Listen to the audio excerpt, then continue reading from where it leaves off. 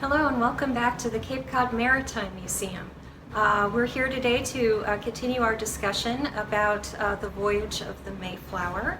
Our last video left us with the ship and the passengers having arrived on Saturday, November 11th in Provincetown Harbor. And again, we need to remember that there are kind of two groups of passengers. One is the original group of religious separatists who left England and spent 12 years in Holland. The other is a group of people that the separatists refer to as the strangers. These are the additional people that their financial backers had added to the group at the last minute without the separatists' knowledge.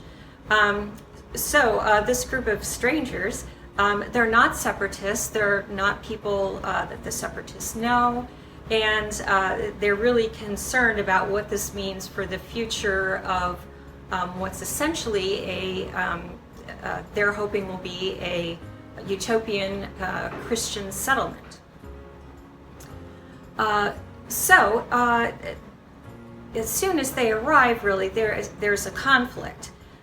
They know that they're too far north. They are not at the mouth of the Hudson River, which is where King James had granted them an area to set up their colony.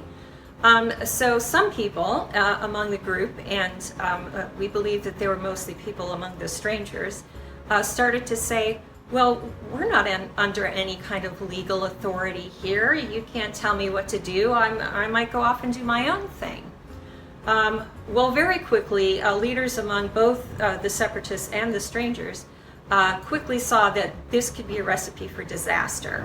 So if they did not all band together, they were not going to survive the winter. It was November, the weather was turning bad already, they had no shelter, their situation was really quite dire.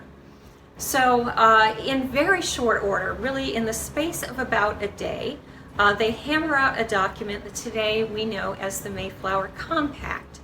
And what this essentially did was to establish what William Bradford, who was the longtime governor of Plymouth Colony, what he referred to as a civil body politic.